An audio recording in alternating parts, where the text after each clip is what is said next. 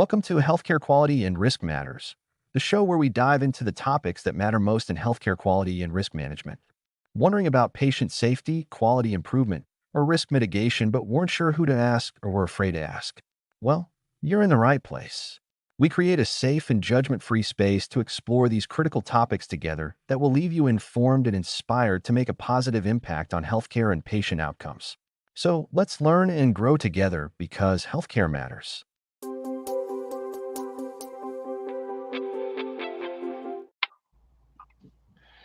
And welcome to the August edition of Healthcare Quality and Risk Matters. My name is Gary Bierc. I am the CEO of Aperitisoft Healthcare, and I am joined by my esteemed colleagues, Robert Santamoor, who is a registered nurse and our Chief Operating Officer, and Dr. Timothy Brown, who has a wonderful PhD in healthcare administration, so quite the expert in that area, and he is our VP of customer success. So we are excited to have our panel back again this week. For those who are listening for the very first time, we have a very fun format. We'll begin by giving you guys the incident of the month. Then we will dive into what we're calling Minute Matters, where we have each one of us has only 1 minute to answer the question from each other to try to get you guys information as succinctly as possible. Makes it fun. But then we're going to turn to the Q&A and look to some of the questions you guys may have posted online. So definitely get out there and put in the chat what your questions might be, your comments, and we'll bring those up throughout the podcast today. Also, if you're first with us, go ahead and put in there where you're from. We'd like to have a shout out to people from around the country who are tuning in today. Before we begin, guys, you all aware we at Aperitisoft had a really significant loss to the company yesterday. Our lead programmer, Aaron Henderson, passed away, losing his battle with cancer. So we would like to take a moment. Just remember Aaron, great colleague, wonderful friend, amazingly smart guy, and we're going to miss him terribly. So just wanted to put that out there.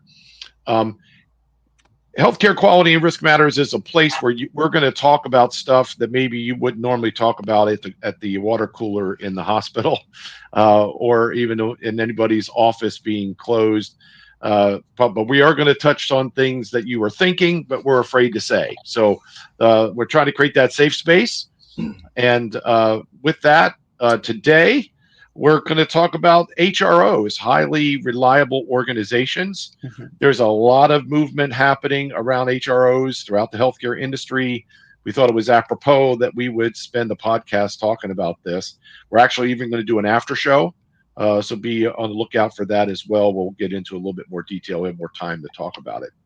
So let's begin, guys. Rob, what is our incident of the month? So we were able to pull in quite a few different articles, but two really stood out. Forbes stood out, and there's the importance of Forbes around, right, like business analytics, business intelligence. And hospitals needing to operate as a business with quality in mind. Made us want to highlight this article in particular. So back in May, Forbes published an article talking about the future of healthcare. In order for healthcare to have a future, there needs to be a strong focus on implementing high reliability principles. So the article specifically notes out there's very specific, there's milestones, there's actions and functions that need to be attended to in order to be a high reliability organization. And that's the need for technology, such as medical records and quality and risk management. There's process management software. There's patient safety. There's a huge preoccupation with patient safety.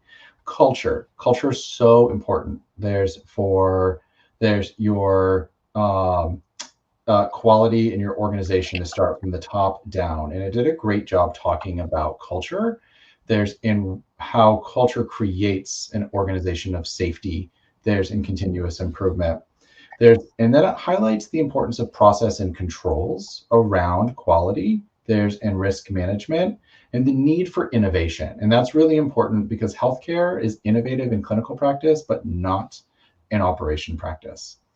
And on that same topic, we think about our regulators and our accrediting bodies. And a lot of our accrediting bodies, such as the Joint Commission, are putting materials out there, putting resource out there. And finding themselves in the media, such as the article that we found here. There's talking about the fact that they're assessing healthcare organizations for their implementation of high reliability principles. And when they talk about them in the sense of the way that the organization manages their operations. And they go in to offer there's resources to leadership, which in our experience here, we know that means that's going to be high audit points for the year. So those are the articles that we found for the incident of the month to highlight the importance of high reliability organizations in healthcare right now. So Timothy, what would be our kickoff question for Rob on the incident of the month? Absolutely. Looking at that overall incident of the month, and I know we're looking at some stats from Forbes and understanding how healthcare is really transitioning into this idea of what a high reliability organization is. Traditionally, healthcare has really been focused on patient care. So how does that transition happen now? And maybe from your experience, Rob, of working with different healthcare systems, what are the most significant challenges a healthcare organization is going to face when they're making that transition to become a high reliability organization? If I was going to highlight three, it's leadership, culture, and process. You need leadership to adopt the idea that high reliability in their daily practice is of utmost importance. Realize that means good business and patient safety. And that both of those have to happen simultaneously in order for the hospital to function well. And continue to grow. Culture, because that needs to go from the top, the CEO, all the way down to the person hired yesterday. And that the culture is disseminated throughout. And then a process. Is there a process to ensure the organization can maintain highly reliable practice and continue to grow? That's right. That's good. That's good. And I know that we highlighted those three areas from our last newsletter. So I'll put the link to our newsletter in the chat for everyone if they haven't had a chance to take a look at it. I think those are great key points that you pulled out, Rob. Thanks.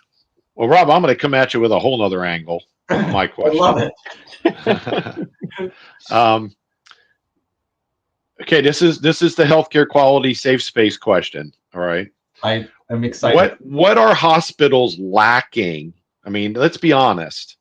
What are they lacking right now? What are those big weaknesses that are going to make it challenging for them to ever become an HRO?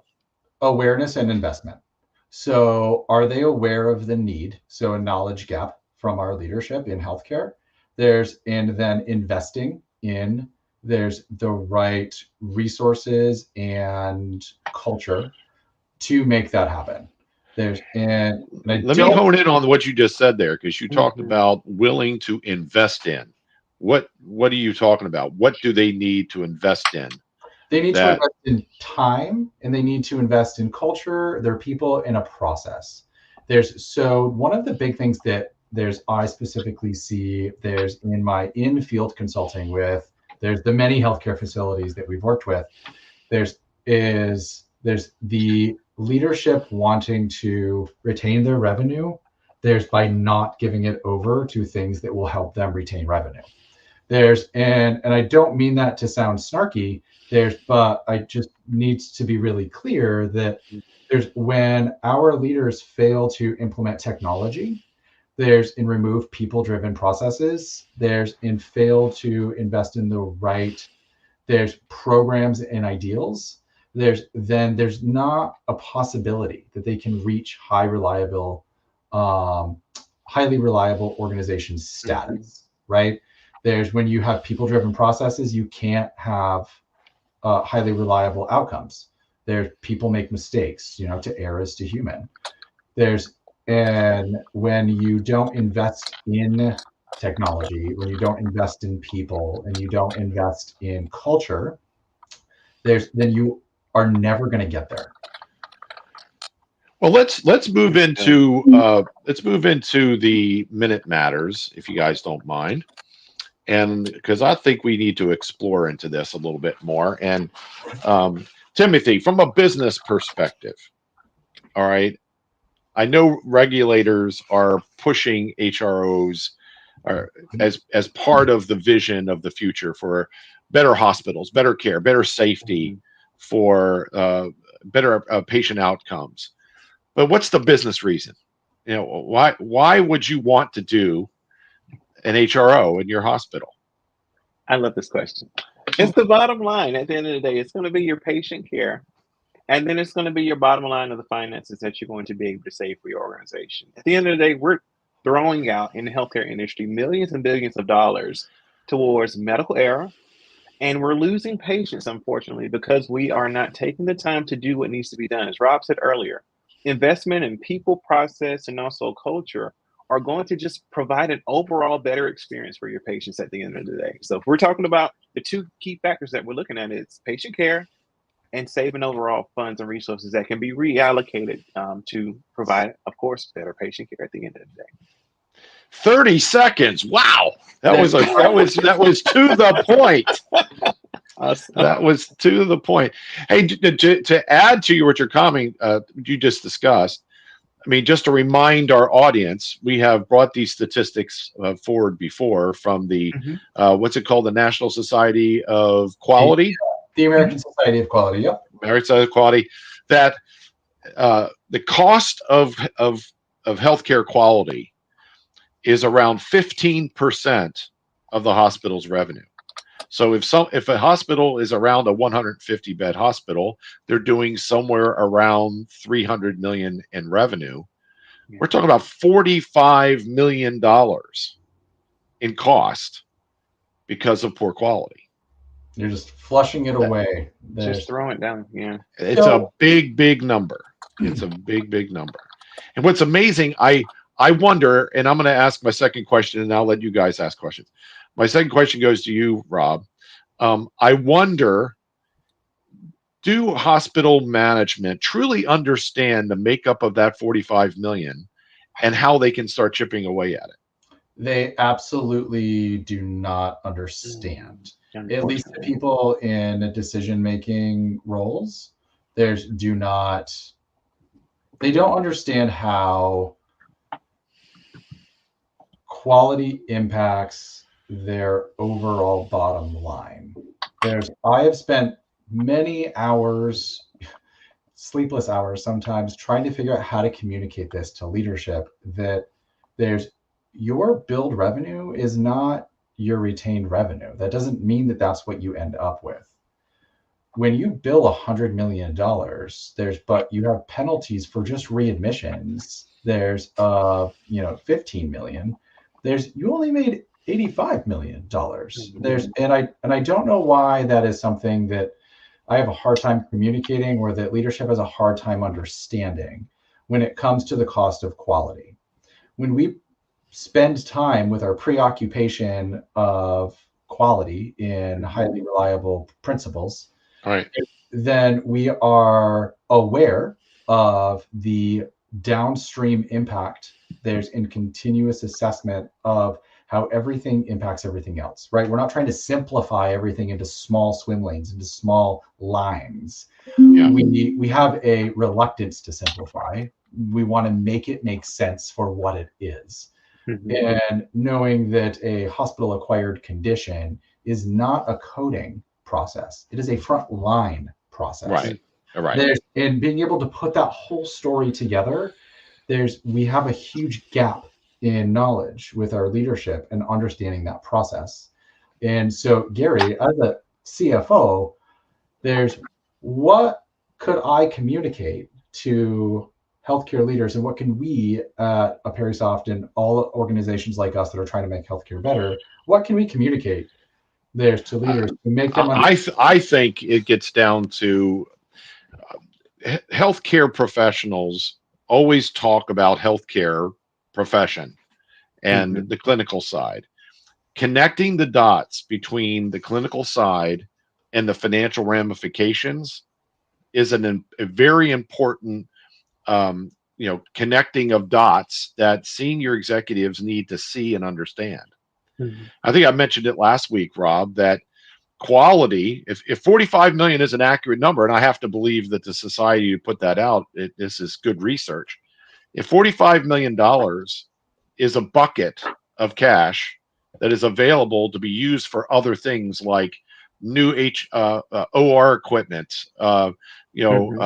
better equipment in the ER, more nurses, whatever it may be, and they say, well, we don't have the budget, and they're looking for investment. Well, we said it last week.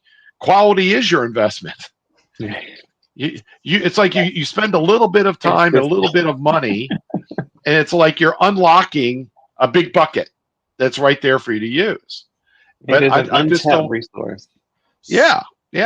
So 4 years ago, I had let's call it a disagreement. There's a CEO of a small healthcare organization who said that they do not have the money to invest in quality.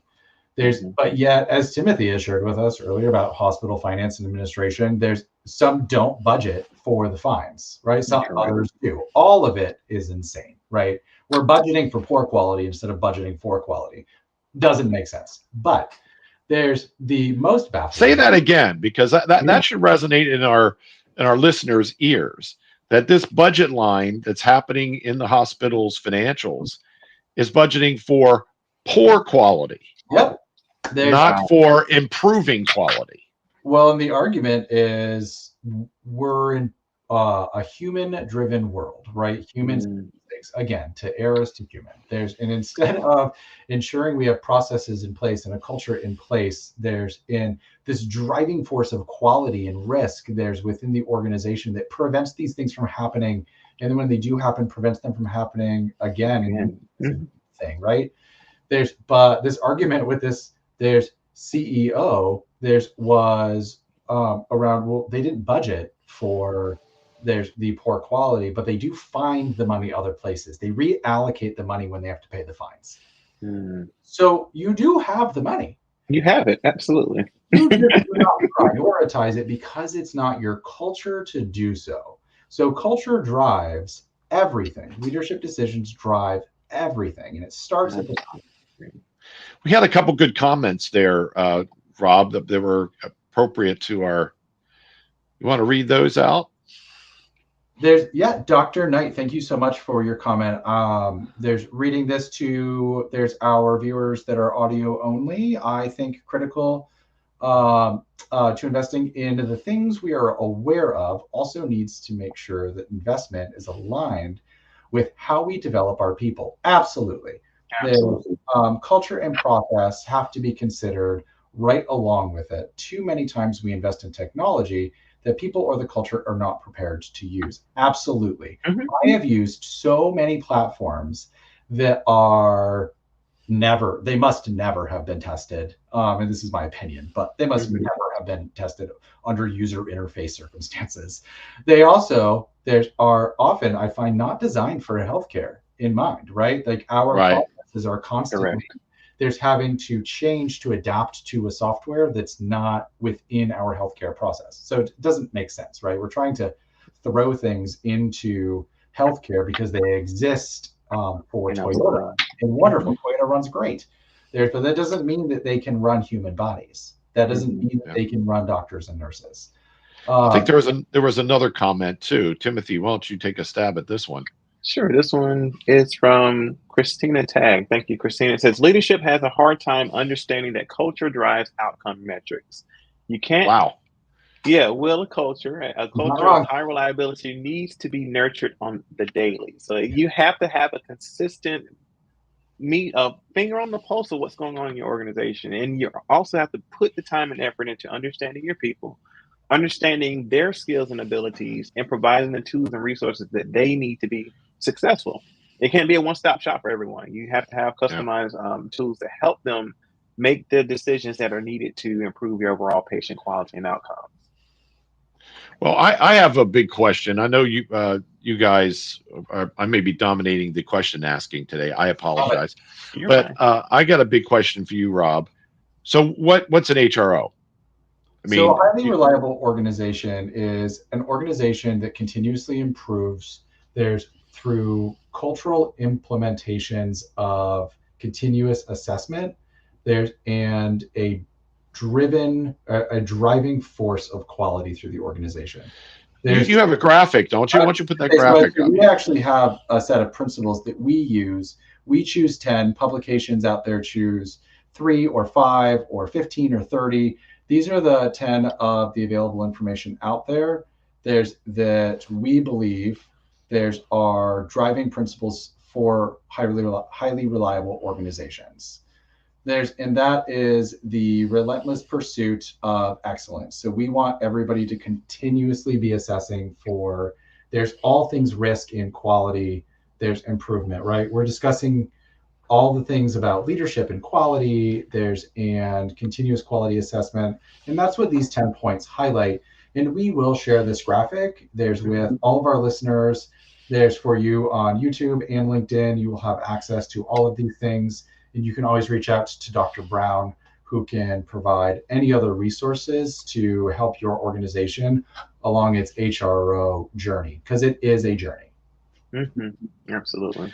Now, when I look at these things, it speaks to me that you can't do this manually. You absolutely cannot. It's the antithesis, actually, of what an HRO is. An HRO requires innovative process, innovative thinking. It requires technology. It requires there's the ability to function without a specific role, right? You need to be able to pull key pieces out, there's our key players out, and still operate as highly today as if they were there. There's, as you did yesterday when they were there. And that is really important when we're thinking about high reliability organizations. There's in how we invest in our people, in our technology, and in our processes. Agreed. Timothy, you have any questions, comments? We'll give you the last word before we go to Q&A. Absolutely. Yeah. One thing I want to highlight about the overall 10 principles that you see on the chart. Not everyone is doing everything excellent, but I'm sure within your organization, you can find a few of these that you are excelling at, which is great. My biggest thing for any organization is to look at the list. Where do you think you're excelling at? Where do you think you can use an additional hand or help in? And really tackle that. Add these to your strategic conversations that you have within your organization, and really build a strategy that incorporates quality across the board. I always say your quality leaders need to have a seat at the table with those decisions that are made for your organization. And if you see something on this chart that is really an area of expertise or area that you need assistance in, I would say reach out, find the resources that are available. Contact us, Aperitisoft ourselves. Contact myself or Rob, and we can sit down and have a conversation and talk about what's the way to build a strategy around that key area that your organization may be struggling in, or what are some ways to kind of make the overall pursuit for quality within your organization, or the conversation and the fight for quality within your organization, one that is present within your executive team. Because we found out today that a lot of times it's not the decision makers, or it's not the managers that don't understand that quality is important. It's those decision makers that really are the gatekeepers for how quality is assessed within your organization and how quality is going to continue to move as far as your overall strides for a better patient outcome for your community. So I would say look at that list. We'll post it, like we said, within our LinkedIn chat, and we'll have it available for you to kind of look at. If you identify some areas that you are struggling in, that's the prime opportunity for you to reach out and let's have a conversation about how we can improve that for the betterment of all of our patients across the U.S. So we had another comment from Lisa. Not budgeting for quality, that's horrible. I do think that you missed a few exclamation points after that's horrible, and I couldn't agree more. It is all of us to agree with you, Lisa. It's baffling that we don't budget for it and that we don't understand the impact that it has, right? That's a culture thing. It's a leadership thing. I don't care how much money a hospital is making. They can't keep patients safe and provide high quality care. They have no business keeping the doors open. They just don't understand the ROI on this stuff, guys. It really is the problem. They look at investment in this area as additional cost. They don't see the melting away of $45 million. Almost every conversation I've had with a healthcare leader, I am told in either directly or indirectly, quality, risk, compliance, there's process improvement, there's performance excellence, whatever. You end up, those are areas that do not offer revenue, right? Because we're not billing. We do not have a NPI number. We do not provide, there's a bill or an invoice, right? But what they don't understand, and where we try again to simplify these processes and we go way too far with it, instead of thinking through the complexities of healthcare, you cannot retain that revenue. It just is something that seems so simple, and I get so frustrated. That healthcare leaders and these extraordinarily intelligent people that are leading hospitals that I have a lot of respect for, I cannot get them for the life of me to understand that $100 million build is not $100 million for your organization. If you are throwing it away, and then if patients no longer want to come to you because they don't feel safe, to Lisa's point, your slippery slope. It is. Your emergency room patients, your patients moving through med surge, they're not your money makers. Yes, they bill revenue, right? If you're in a hospital out there and you are a C, D, or F rated leapfrog hospital, we're talking to you, because this is how you end up there. You've got your leadership has got their head in the wrong mindset. You're not understanding how you create value and how you create quality at the same time. Absolutely. And that's the big challenge here. Well, we only have a few more minutes, guys. We need to probably take some questions from the audience. And Rob, I think you're in charge of that. I just want to go back. And so Dr. Knight, there's again really highlighting principle, really highlighting the principles of like culture and process in where the investment should be. Make sure the investment is aligned with how we develop our people.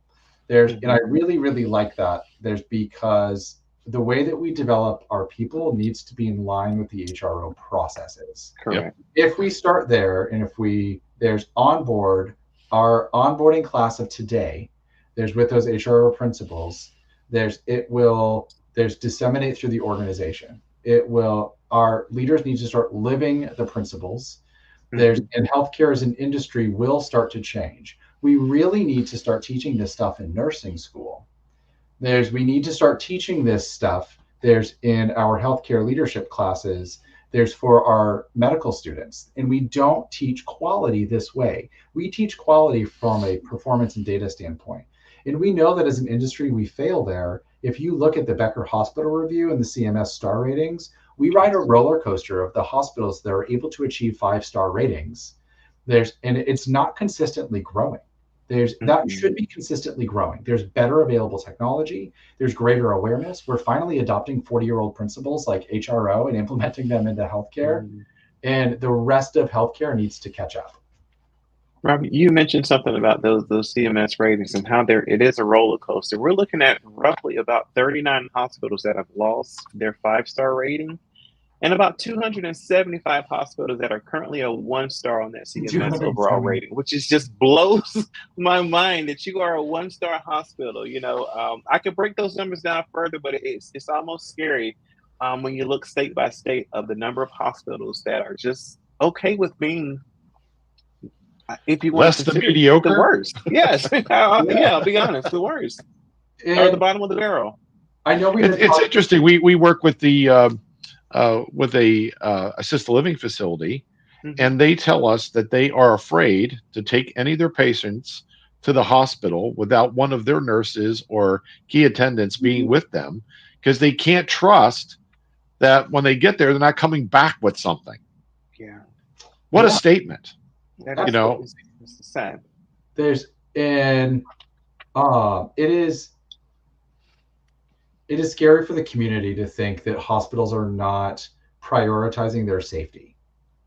Right, that's what we rely on these hospitals to do. They're protecting us, who we are. They're protecting. There's grandmother protecting grandfather, protecting my daughter, to make sure that if something happens, they have processes in place that are going to ensure high quality healthcare. And I don't want to have to Google every time the ambulance comes. If I'm at an assisted living facility, find out, hold on, is this a safe hospital, or am I going to go to this hospital and never come out? Exactly. Well, gentlemen, we are out of time, but we will be having an after show. So please stay tuned, everybody out there, for information regarding how you can access that. Timothy, would you like to bring us home and just kind of wrap up our session for today? Absolutely, I sure will. And I appreciate everyone for joining us today. I want to lastly say, at the end of the day, when it comes down to a high reliability organization, as Rob has stated clearly, it is a process. It's going to take everyone kind of diving in with their expertise, everyone learning and growing together within your organization. And it's not a one-stop shop, not a check the list operation for the organization, but it really is a culture shift and a mindset shift for the organization to move forward. And the best way to do that is be the voice that needs to be heard in the room. Having the right people in the room to speak up, say what needs to be said, and not be nervous or scared that you're going to step on toes when it comes down to transition in the culture. We've recently spoke about how much the organization is losing. We're talking millions of dollars for a 150 size bed hospital.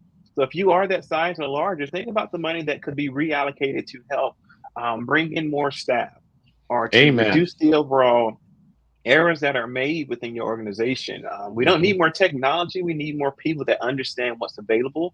We need to reduce some of these processes for quality by identifying areas to condense the work when it comes down to your systems and this disparate systems that you have.